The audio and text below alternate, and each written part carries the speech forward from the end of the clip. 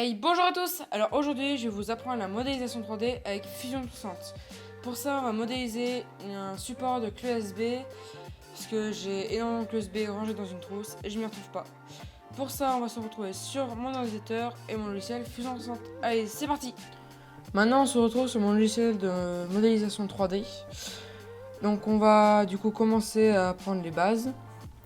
Donc, on va du coup faire le petit range clé USB.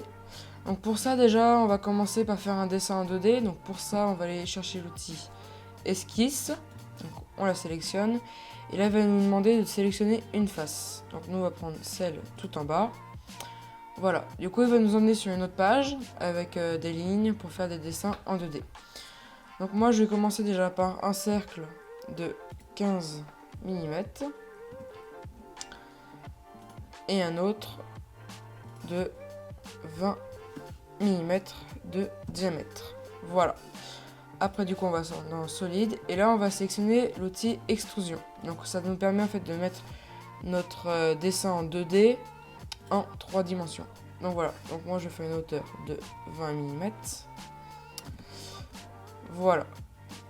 Donc déjà on a notre cercle. Donc tout autour on va venir dessiner les petits bras pour reposer les clés USB. Donc on va sélectionner la partie du dessus et on va faire une autre esquisse. Là, on va prendre l'outil rectangle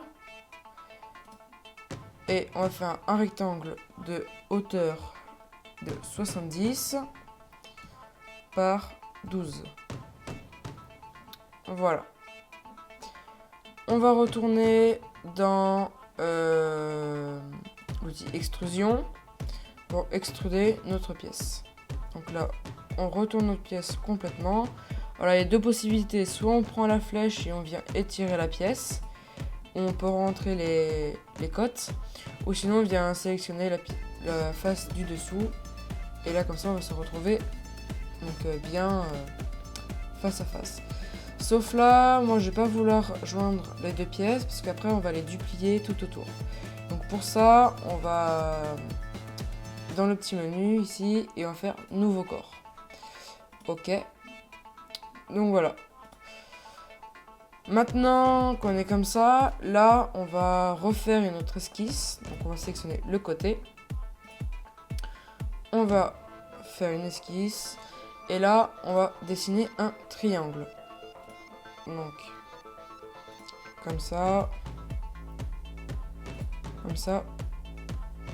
Et comme ça. Là après on va faire un clic droit et annuler. Comme ça nous permet d'essayer de ne plus avoir l'outil ligne. Et là on va pouvoir sélectionner nos points et les déplacer pour faire une pente. Voilà. Donc pour moi comme ça me semble bien. Donc on va retourner dans l'outil extrusion et on va extruder notre pièce. Comme ceci. Voilà, donc là déjà on a un côté, donc un bras où on pourra mettre la clé USB. Alors déjà après on va faire donc un orifice au-dessus pour insérer la clé USB à l'intérieur. Donc pour ça on va venir sélectionner notre face et l'outil esquisse. Voilà.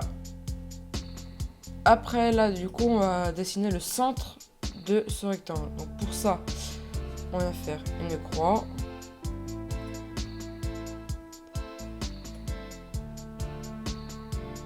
Voilà. On va venir chercher l'outil rectangle et on va se positionner au centre de la croix.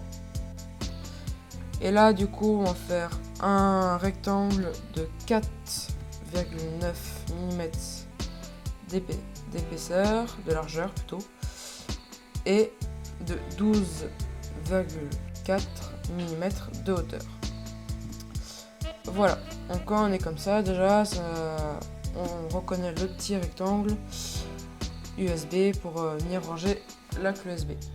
Pour ça, on va retourner après dans l'outil extrusion et là on vient sélectionner tous les côtés pour former le rectangle. Et là, on va extruder de moins 19.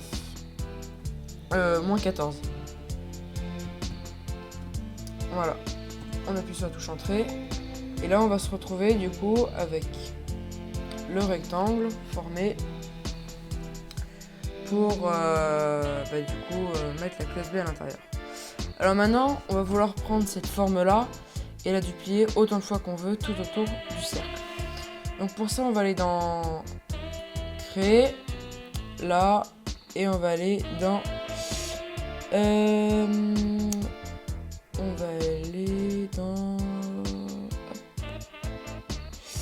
là, circulaire. Voilà, ici. Là, du coup, on a bien corps et on vient sélectionner ce corps-là. Et là, on va sélectionner un axe. Donc, c'est-à-dire, c'est notre axe ça va se duplier tout autour de cet axe. Donc, notre axe circulaire, c'est le vert. Donc là, on vient le sélectionner. Et là, on vient du coup mettre autant de pièces qu'on veut tout autour. Donc là, déjà, il nous en propose 3. Moi, je vais partir plutôt sur 7. Voilà. On appuie sur OK. Et là, il nous a duplié autant de fois qu'on veut notre pièce. Donc voilà. Sauf là, du coup, quand on va ici, donc dans le menu de gauche, si on a corps, donc s'il apparaît pas, il faut aller du coup sur le petit icône du côté et ouvrir. Donc là, on a le rond du milieu et après chaque corps. Sauf nous, quand on va venir, nous on veut arrondir aussi ces coins parce que c'est moche d'avoir toutes ces arêtes. Donc pour ça, en fait, on va utiliser cet outil-là, combiné, et on va venir sélectionner tous les corps. Comme ceci, là. Et on va appuyer sur le bouton OK. Là. Et là, tous les corps sont réunis en un seul corps. Voilà. Alors maintenant qu'on est comme ça, on va pouvoir s'occuper des finitions. Alors pour les finitions, par exemple, on peut faire, donc avec cet outil-là, c'est congé. En fait, on va pouvoir arrondir les bords. Donc là, de 5, c'est trop, donc on va mettre de 2. C'est parfait. Donc là, déjà, on a la hauteur qui est arrondie. Maintenant, on va aussi arrondir tous ces coins-là. Là. Donc, on va venir sélectionner l'outil congé et on va venir sélectionner toutes les arêtes.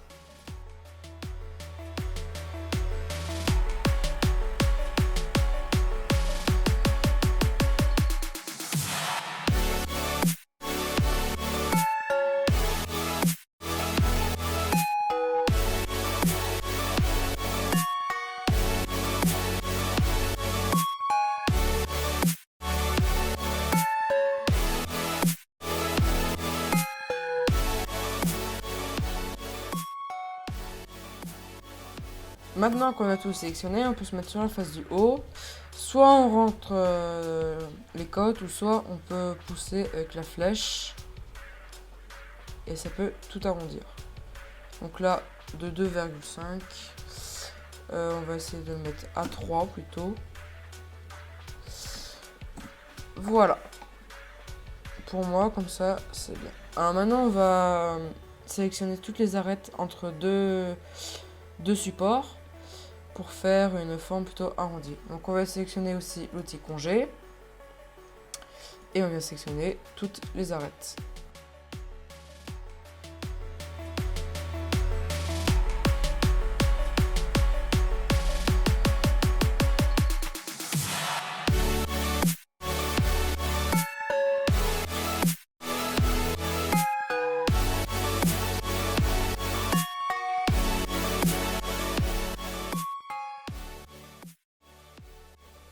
Maintenant qu'on a tout sélectionné, on va se remettre sur la face du haut. Et là, on va pouvoir étirer. Et là, ça va tout arrondir. Alors, comme vous le voyez, ici, il y a deux côtés qui ne sont pas arrondis parce qu'on ne les a pas sélectionnés. Du coup, là, il faut revenir à 0. et sélectionner ce qu'on a oublié. Voilà. Alors, du coup, on se remet sur la face du haut. Et là, on peut étirer. Voilà. Donc, pour moi, 5, on va essayer 6. Pour moi, 6, c'est bien. Comme ça. Donc là, on va pouvoir cliquer sur OK. Et là, bah, déjà, on a un objet qui ressemble pas mal à ce qu'on voudrait. Donc là, on peut ranger déjà cette clé USB. Alors, moi, là, je pourrais lancer directement l'impression. Sauf moi, j'aime bien, bien avoir aussi les rectangles à l'intérieur arrondis pour pas éviter de chercher partout où mettre la clé. Moi, je vais arrondir tous les côtés. Là.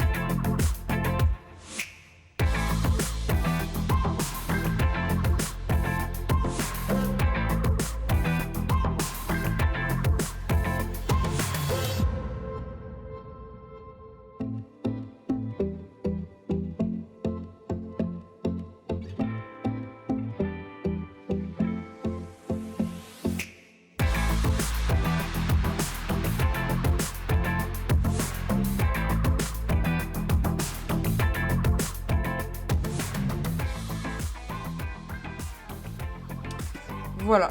Alors là, du coup, on va les souder de 0,2.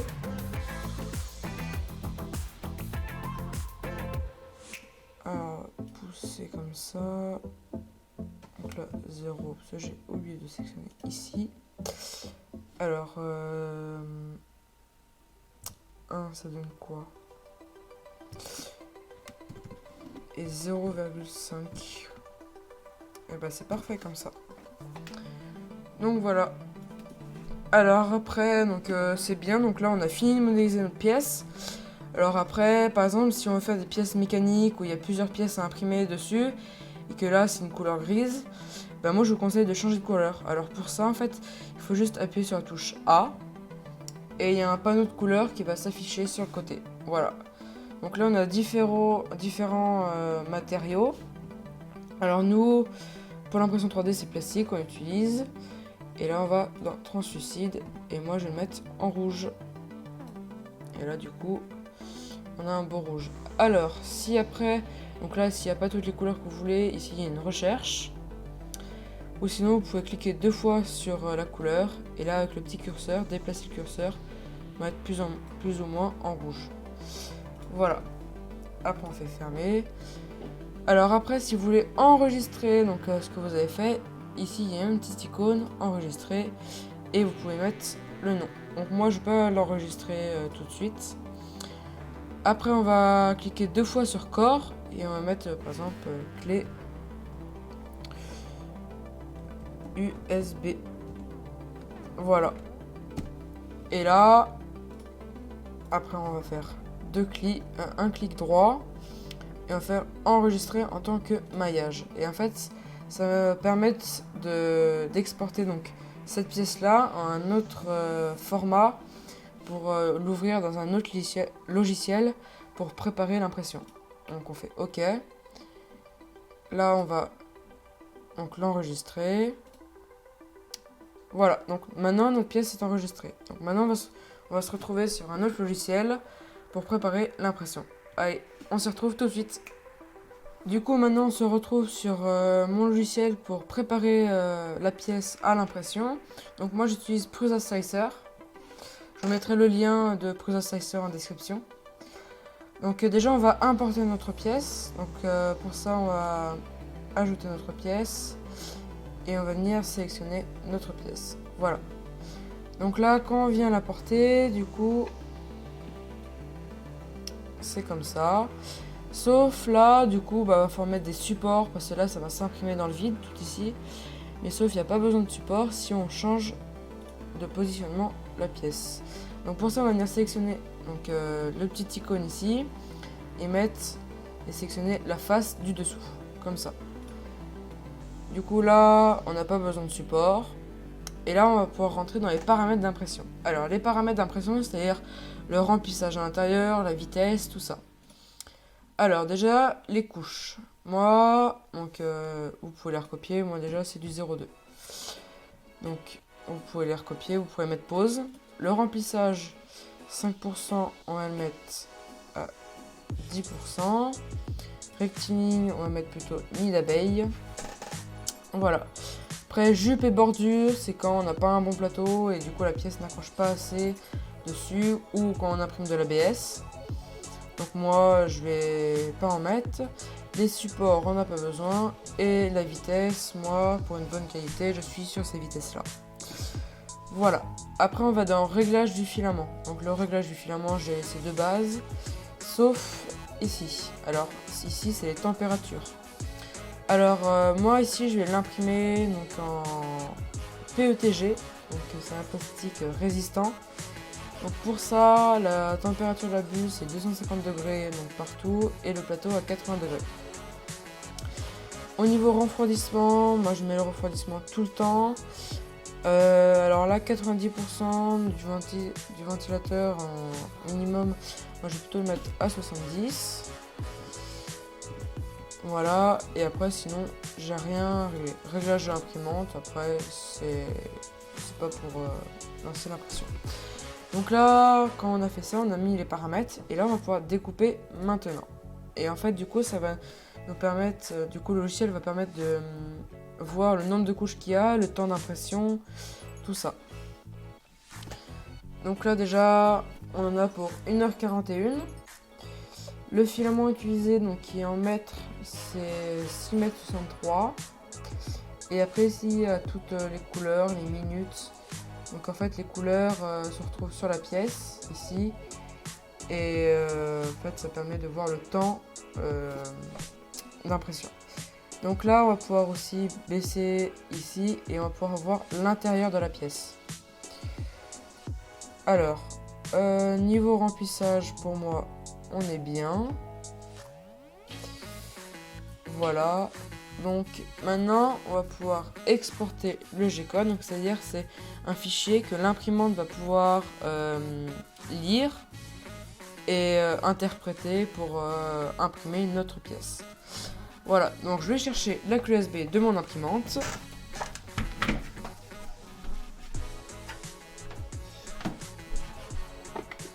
Que je viens brancher à mon ordinateur. Voilà, et là ici on va venir exporter tout sur notre clé. Voilà, enregistrer.